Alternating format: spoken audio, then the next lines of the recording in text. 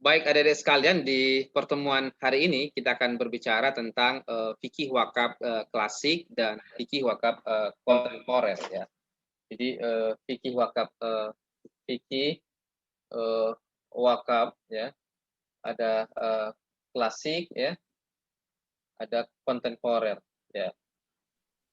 Nah, lawannya klasik adalah kontemporer. Nah, adik-adik sekalian rahimallah, wakaf ya, pertama fikih tentu al-fahmu, lalu kemudian wakaf yaitu berasal dari kata waqafa yaqifu waqfan ya. Jadi waqafa itu adalah berhenti. Waqafa itu adalah tempat berhentinya mobil, namanya mauqifus sayyarah. Eh, Padang Arafah tempat wukuf berhenti juga.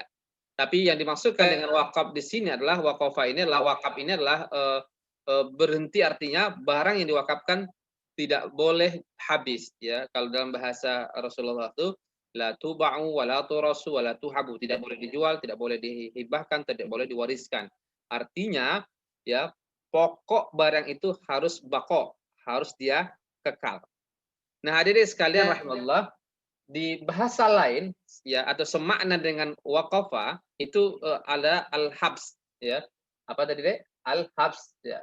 Al-habs itu apa? Menahan ya. Dari istilah habasa yahbisu habsan ya. Jadi habasa yahbisu habsan ya. Jadi menahan. Nah, hadirin sekalian rahimallah, kalau kita perhatikan apakah ada istilah waqaf di dalam Al-Qur'an. Nah, kita tidak menemukan istilah waqafa ya di dalam Al-Qur'an. Jadi kalau ada perhatikan di dalam Al-Qur'an tidak akan ketemu istilah wakaf ini. Nah, coba tanya Mas Mahsuna yang hafizah 30 juz. Ada nggak Mahsuna istilah apa kata-kata wakaf di dalam Al-Qur'an itu? Ada nggak Mahsuna kalau boleh tahu? Eh? Nggak ada, Pak. Nah, jadi kita tidak menemukan istilah itu kan di dalam Al-Qur'an. Paling ada istilah misalnya ya sekali-kali kamu tidak mendapatkan kebaikan hatta tunfiqu mimma tuhibbun misalnya. Dan itu lebih banyak ayat-ayat tentang sedekah. Tentang itu yang kemudian dipahami oleh para ulama sebagai ayat tentang memotivasi untuk berwakaf. Ada sekalian, begitu juga kalau ada yang perhatikan di hadis Rasulullah tidak ketemu juga istilah wakaf. Coba ya. Ini kan menjadi menarik ya. Kita tidak menemukan di istilah hadis Rasulullah. Kita menemukan malah di hadis Rasulullah itu kata-kata habs tadi kan, tahanlah pokoknya itu kan. Jadi ini menjadi menarik bagi kita ya. Jadi termasuk izama tabnu Adam in qata'a amaluhu illa min salasin misalnya kan. Itu kan di hadis Rasulullah itu dijelaskan bahwa an Abi Hurairah radhiyallahu anhu qala an Nabi sallallahu alaihi wasallam qala idza mata ibnu Adam in qata'a amaluhu illa min salasin sadaqah jariyah au ilmin yuntafa'u bihi au waladin salih yad'ulah. Jadi di situ menarik ya, apa katanya di situ? Sedekah jariyah, bukan wakaf kan? Ayo. Namanya di situ apa, Dek? Sedekatun jariyah kan? Ya, jadi sedekah jariyah. Tidak digunakan istilah wakaf di hadis Rasulullah itu. Yang digunakan adalah sedekah jariyah. Sedekah jariyah inilah sedekah jariyah mengalir. Nah, sedekah mengalir inilah dipahami oleh para ulama ya dengan istilah wakaf. Nah, gitu. Lalu kita perhatikan lagi misalnya di hadisnya Umar bin Khattab misalnya yang sangat populer misalnya tentang wakaf misalnya, di mana suatu ketika Umar punya tanah di Khaybar. Lalu Umar minta pendapat sama Rasulullah. Apa kata Rasulullah yang sangat populer ini tentang landasan wakaf? Qala ya Rasulullah, inni asabtu ardan ya. Lalu dia mengatakan inni asabtu ardan bi Khaybar lam usiba. Di sini menarik nih hadisnya nih. Inni asabtu ya. Sesungguhnya aku itu kata Umar punya tanah, dan tanah ini tanah yang luar biasa ya. Lam usiba malan qattun anfasa indi. Apa maksudnya? Aku tuh gak punya tanah kecuali tanah ini paling berharga lah dalam hidupku. Nah, ini berbeda dengan kita. Kalau wakafin kita nggak laku jual sana, nggak laku jual sini, baru diwakafin. Berbeda dengan Umar. Umar ini mewakafkan sesuatu yang paling berharga dalam hidupnya. Nah, jadi itu kira-kira. Apa kata Rasulullah di sini? In syi'ta, kalau Anda mau Umar, ya, habasta. Nah, jadi habasta ya kan. Jadi ada kata-kata habas ya. Jadi di sini menarik bagi saya. Jadi tidak menggunakan istilah wakaf lagi kan? Yang tadi menggunakan istilah sedekah jariah, yang satu menggunakan habs ya, menahan. Ya, jadi ada deh sekalian rahimallah.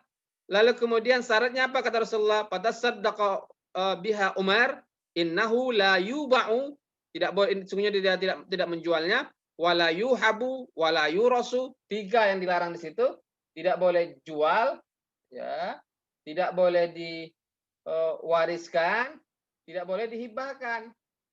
Nah, 3 pantangan di situ ya.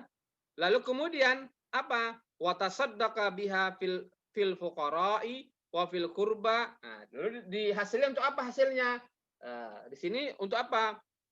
Fuqara, fakir. Lalu siapa lagi? Ya, wa fil qurba. Nah, qurba itu adalah keluarganya kan? Lalu kemudian wa fir riqab wa fi sabilillah ya. Lalu kemudian wabnis sabil wadhaib la junaha alamin, dan berbagai macamnya. Di hadis ini menarik bagi saya. Di sini memperbolehkan wakaf keluarga. Ya. Jadi wakaf itu kan ada 3. Kalau di Mesir itu kan ada 3. Ada wakaf namanya wakaf ahli, wakaf keluarga, ada namanya wakaf khairi, ya, wakaf untuk umum, ada lagi wakaf namanya mustarak. Nah, mustarak itu apa? Perpaduan antara wakaf keluarga dan wakaf umum. Contoh, saya wakafkan tanah ini, saya wakafkan uang ini 100 juta, tapi hasil dari 100 juta tadi, ya, manfaatnya 50% untuk keluarga saya, 50% lagi untuk orang miskin. Nah, itu kan perpaduan ya. Dan itu banyak. Nah, sekarang wakaf ahli dihilangkan di Mesir, tinggal 2 wakaf mustarak dengan wakaf itu. Karena wakaf ahli ini sering terjadi sengketa dan berbagai macamnya. Nah, adik-adik sekalian rahimallahu, kalau begitu kita sudah sepakat ya bahwa yang selalu menjadi perdebatan di kalangan ulama, terutama dari fikih klasik kepada fikih kontemporer, itu lebih pada sifat satu ya, status benda wakaf itu. Yang kedua, status benda wakaf, apakah benda wakaf itu kepemilikannya berpindah atau tidak. Ya, jadi pada dasarnya lebih pada unsur wakaf yang selalu diperdebatkan. Unsur wakaf itu apa? Rukun dan syarat. Nah, rukun itu ada berapa, Dek? Rukun wakaf masih ingat? Rukun wakaf ada berapa? Ayo dong. Rukun wakaf ada berapa? 4 ya, Pak. 4. Ya, rukun wakaf ada 4 ya. Ya, apa aja rukun wakaf itu? Wakif, Mauquf, mauquf alaih, sama siqat.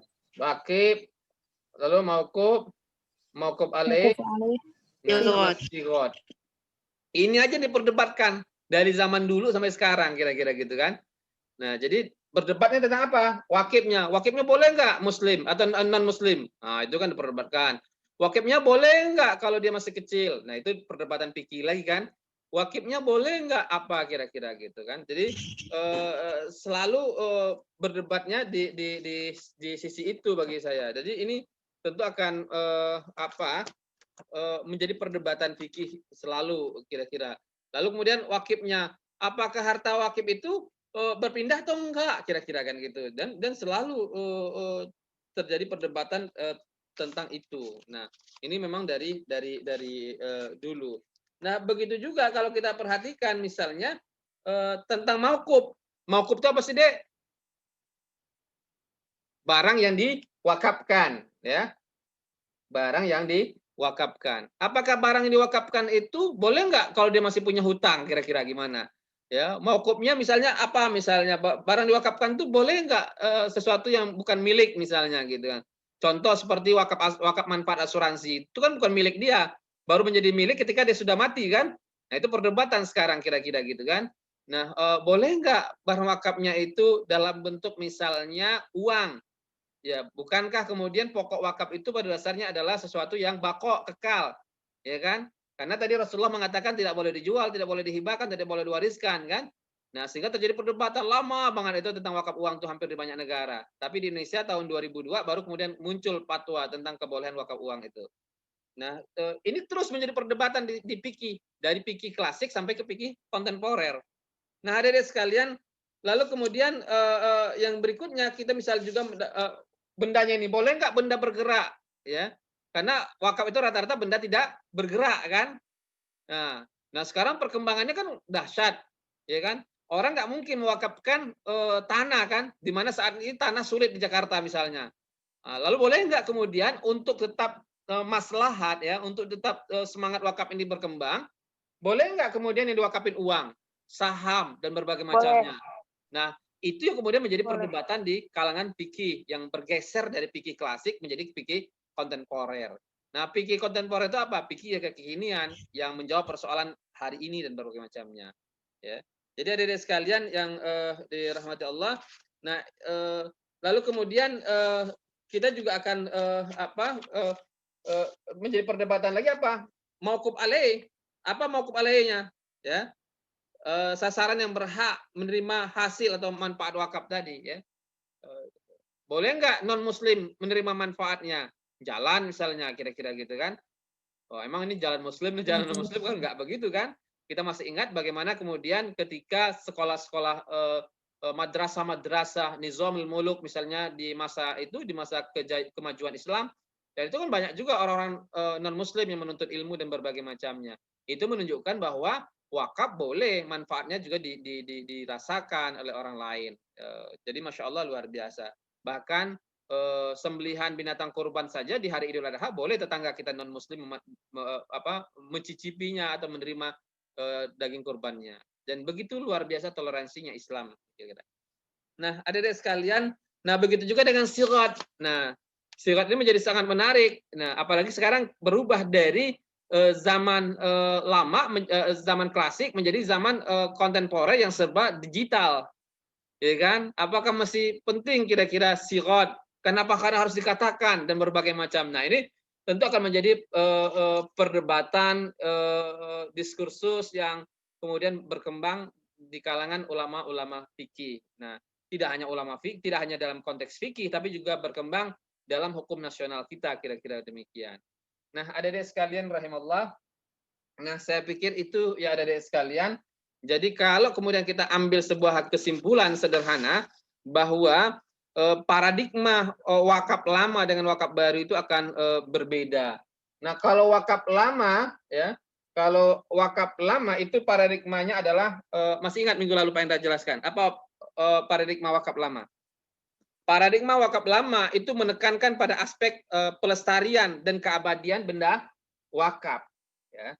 Jadi wakaf klasik, ya, fikih klasik atau wakaf lama itu lebih kepada jadi kalau wakaf lama, ya, atau fikih klasik itu lebih pada penekanannya adalah apa deh penekanannya? Aspek, ya, Pelestarian dan keabadian benda wakaf. penekanannya aspek pelestarian dan keabadian. Nah, dan keabadian benda wakaf. Sedangkan wakaf baru atau yang kemudian kita kenal dengan wakaf kontemporer, ya, itu penekanannya pada aspek apa, masih ingat minggu lalu? Aspek manfaat. Nah, buat apa kemudian dikatakan sedekah jariyah kalau nggak manfaat karpetnya? Bau kemudian, ya kan? Lebih pada aspek manfaat. Ya. Buat apa kemudian masjidnya nggak boleh dirubah kalau kemudian jamaahnya nggak bisa sholat? Maka seperti masjid-masjid di Nabawi, ya, Masjidil Haram, itu kan perluasan semuanya, kan? Nah, kalau kita perhatikan. Nah, jadi lebih pada aspek pemanfaatan yang lebih nyata, tapi tanpa kehilangan ekstensi benda wakaf itu sendiri. Ya, jadi aspek manfaat tanpa, ya, menghilangkan eksistensi ya atau eksistensi keberadaan harta wakaf. Jangan sampai nanti ya manfaat masjidnya dijual, nggak boleh kira-kira gitu kan, menghilangkan keberadaan nggak boleh juga gitu ya. Nah, jadi di sini menarik bagi saya. Ya, jadi fikih wakaf kontemporer itu tetap kemudian menjadi menarik. Kenapa? Karena aspeknya beda dengan aspek wakaf klasik. Kalau yang klasik itu lebih pada aspek abadi. Pokoknya abadi, nggak boleh dirubah. Pokoknya ada berbagai macamnya. Nah, tapi bagaimana kemudian kalau kemudian nggak bisa dirubah, jumlah jamaahnya membludak. Nggak, masa masjidnya nggak bisa diperluas, ya? Masa karpetnya nggak boleh itu? Maka ini tentu menjadi pertimbangan dalam aspek fikih wakaf kontemporer. Nah, saya pikir itu ada di sekalian. Setidaknya chords-nya ini, setidaknya penekanannya di sinilah kira-kira antara fikih wakaf lama dengan fikih wakaf kontemporer. Lalu apa yang paling banyak diperdebatkan di fikih wakaf ini? Yang paling banyak diperdebatkan tadi ada apa, Dek? Tentang rukun dan syarat wakaf. Ya. Nah, itu terus yang banyak diperdebatkan, boleh atau tidak dan berbagai macamnya. Nah, itu juga kemudian yang pada akhirnya sekarang misal kita lihat di mana fikih wakaf ini berkembang menjadi hukum nasional kita. Dari hukum Islam menjadi hukum nasional. Artinya coba ada diperhatikan di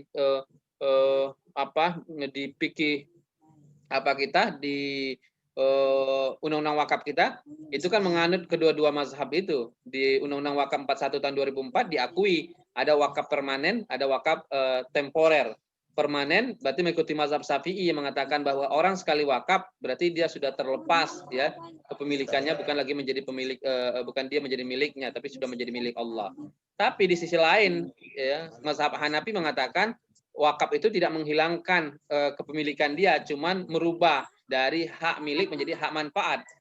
Artinya miliknya masih tetap menjadi milik wakif, dan itu diakui juga di undang-undang kita dengan wakaf, namanya wakaf apa, Dek?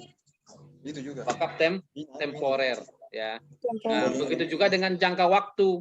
Ya, di mazhab Syafi'i sekali wakaf ya sudah selesai. Tapi di mazhab Syafi'i, di mazhab Hanafi misalnya pakai jangka waktu boleh dong. Saya wakafkan ini untuk berapa lama kira-kira, seperti ariyah kira-kira kalau dalam ekonomi Islamnya kira-kira gitu. Nah, saya pikir itu ada di sekalian. Kalau kita kembali pernah belajar tentang fikih muamalah, bagi saya pada dasarnya ada bisa lihatlah sudah mungkin sudah pernah belajar fikih muamalah kan? Jadi kita bisa lihat misalnya apa itu Islam. Islam itu ada 3, akidah, syariah, akhlak. Nah, dari syariah ini muncullah fikih ya kan? Nah, fikih itu ada 2, ada fikih ibadah, ada fikih muamalah. Ya kan? Ada fikih ibadah, ada fikih muamalah. Nah, dari fikih ibadah ini ya, ibadah apa ya, sholat ya dan berbagai macamnya ya. Nah, kalau haji itu masuk 2 ya kan, ibadah, ada maliyah juga ya dan berbagai macamnya kan. Nah, lalu kemudian dari muamalah ini kemudian lahirlah adalah politik, ada pidana, ekonomi, perdata, sosial. Wakaf ini lebih pada sosial istimaiyah kan, dan ini dia senantiasa berkembang. Ya, sama dengan zakat juga demikian kan. Zakat itu ibadah mahdoh, tapi di sisi lain dia merupakan apa, Dek? Ibadah maliyah istimaiyah, ibadah sosial ya yang senantiasa berkembang. Nah, wakaf itu kan juga ibadah maliyah istimaiyah juga, ibadah sosial yang senantiasa berkembang kan. Dulu tidak ada wakaf saham, sekarang ada wakaf saham ya. Dulu tidak kita kenal wakaf uang, sekarang ada wakaf uang. Dulu tidak kita kenal misalnya wakaf properti, sekarang ada wakaf properti. Nah, jadi saya pikir ini sesuai, berkembanglah dengan perkembangan zaman dan tempat ya. Jadi hukum itu taghyir ahkam bi taghyir azman wal amkan. Jadi hukum itu akan berubah sesuai dengan perkembangan zaman dan tempat. Jadi saya pikir itu ya adik sekalian. Nah, dari sini kemudian baru berkembang. Nah, inilah kita kenal dengan Islamic finance dan berbagai macamnya ya. Jadi dalam hazanah fikih. Nah, kalau kita tarik ke atas tadi lari kemana tadi, Dek? Ke syariah ya. Dari syariah menjadi fikih lalu kemudian dia berkembang lagi. Nah, termasuk fikih wakaf yang kita pelajari di hari ini. Nah, sampai sana paham ya adik sekalian ya? Jadi berangkatnya dari Islam terbagi menjadi 3, akidah, syariah dan akhlak. Dari syariah turun menjadi fikih, ada fikih ibadah, muamalah, dari muamalah terus berkembang ya menjadi fikih-fikih yang lainnya, fikih zakat, fikih wakaf dan berbagai macamnya. Jadi ini tentu akan menjadi menarik bagi saya. Saya pikir itu ya adik-adik sekalian ya. Jadi sudah jelas apa yang akan kita pelajari. Minggu lalu Pak Indra sudah jelaskan, dalam satu semester ini akan kita pelajari tentang topik-topik atau yang berkaitan tentang sesuatu yang aktual di hari ini. Nah, hari ini Pak Indra juga menjelaskan sebelum kita membahas minggu depan tentang materi-materi yang akan kita bahaskan di kuliah ini. Nah, hari ini Pak Indra menjelaskan perbedaan antara fikih klasik dengan fikih kontemporer. Fikih klasik tadi lebih pada apa tadi? Fikih klasik lebih pada apa? Penekanannya pada aspek pelestarian dan keabadian. Atau yang saya sering kenal dengan istilah apa namanya? Baqaul ain, kekekalan pokok. Pokok apa Pak Indra? Pokok harta benda wakafnya, dia harus kekal. Nah, di situ selalu berdebat. Wakaf uang nggak kekal. Kenapa nggak kekal? Coba bayangin, punya duit nggak Pak Indra nih ya? Nah, wakaf uang itu nggak kekal. Kenapa nggak kekal? Coba sekarang dibelanjakan 50.000 ini habis. Mana bakoknya? Nggak bakok dia. Itu kan berdebat ya. Nah, gitu. Oh, kalau begitu nggak sah wakafnya. Nah, bagi yang mengatakan teori bakok, dia mengatakan nggak sah wakaf uang. Enak aja. Dari dulu kalau datang ke kiai-kiai di pesantren-pesantren itu marah itu kalau wakaf uang. Tapi setelah keluar fatwa MUI itu 2002, lalu kemudian undang-undangnya, sekarang para kiai-kiai, ulama-ulama kita di pesantren-pesantren mengakui wakaf uang itu. Kalau dulu nggak mau, keras tuh deh. Ya, karena tadi teorinya apa tadi? Teori baqaul ain. Baqaul ain itu apa? Kekekalan pokok benda wakafnya. Uang tidak berkekal. Saya belanjakan uang ini masih ada nggak baqaul ainnya? Masih ada kalau dibelanjakan dengan Mana bakoknya? Nggak ada, mana? Kalau saya belanjakan habis. Nah, nggak ada kan? Mana dia? Ganti kan Pak sama barang yang udah kita beliin, misalkan buat beli apa gitu. Kan dari uang itu. Kalau dia diinvestasikan, mana? Nah, kan berarti kan bertentangan dengan teori baqaul ain. Jadi kata yang pro baqaul ain, dia mengatakan nggak ada tuh zatnya. Tapi bagi yang mengatakan yang pro dengan teori mengatakan bahwa manfaat tadi betul, zatnya memang nggak ada, tapi nilainya ada. Nilainya masih ada. Nah, itu yang selalu berdebat kan. Nilai 50.000-nya masih ada. Dan itu tercatat. Nah, kalau begitu mana yang dipilih? Baqaul ain atau nilai bako? Kan gitu perdebatan kan. Jadi ini menjadi menarik belajar fikih wakaf itu kan kira-kira. Ya, jadi apa kemudian? Oh, kata yang pro dengan nilai dia mengatakan betul baqaul ainnya uangnya nggak ada lagi, mana duitnya nggak ada, tapi nilainya masih ada. Bahkan nilainya bisa bertambah karena dia diinvestasikan di mudharabah. Nah, sehingga kita mengenallah sekarang misalnya dalam perjalanan wakaf ini, misalnya ada 3 yang bergeser misalnya dari wakaf sosial, ya, dari wakaf sosial yang dulu fungsinya cuma M2 M2K ya, masih ingat M2K itu? M2K. Apa M2K itu? Bukan MCK ya, bukan M2K. Apa M2K? Masjid, madrasah, kuburan. Nah, itu sosial kan? Rata-rata dulu kan wakaf di awal-awal kan lebih pada sosial. Nah, tapi kemudian berkembang menjadi wakaf produktif. Nah, produktif ini digunakan untuk produktif. Misalnya dibelikan mesin, dibelikan apa misalnya seperti punyanya Global Wakaf itu misalnya lumbung padi. Nah, kan itu kan produktif ya. Nah, dan berbagai macamnya. Lalu bergeser lagi sekarang menjadi wakaf investasi. Nah, ini menjadi menarik. Dari wakaf sosial produktif menjadi investasi. Itulah yang sekarang digunakan dengan wakaf sukuk itu ya kan, linkage wakaf sukuk itu kan. Ya, di mana kemudian orang beli saham lalu kemudian sahamnya tadi diwakafin ya, atau kemudian tadi uangnya dikumpulin lalu kemudian dimanfaatkan untuk investasi dan berbagai macamnya. Dan ini menarik bagi saya.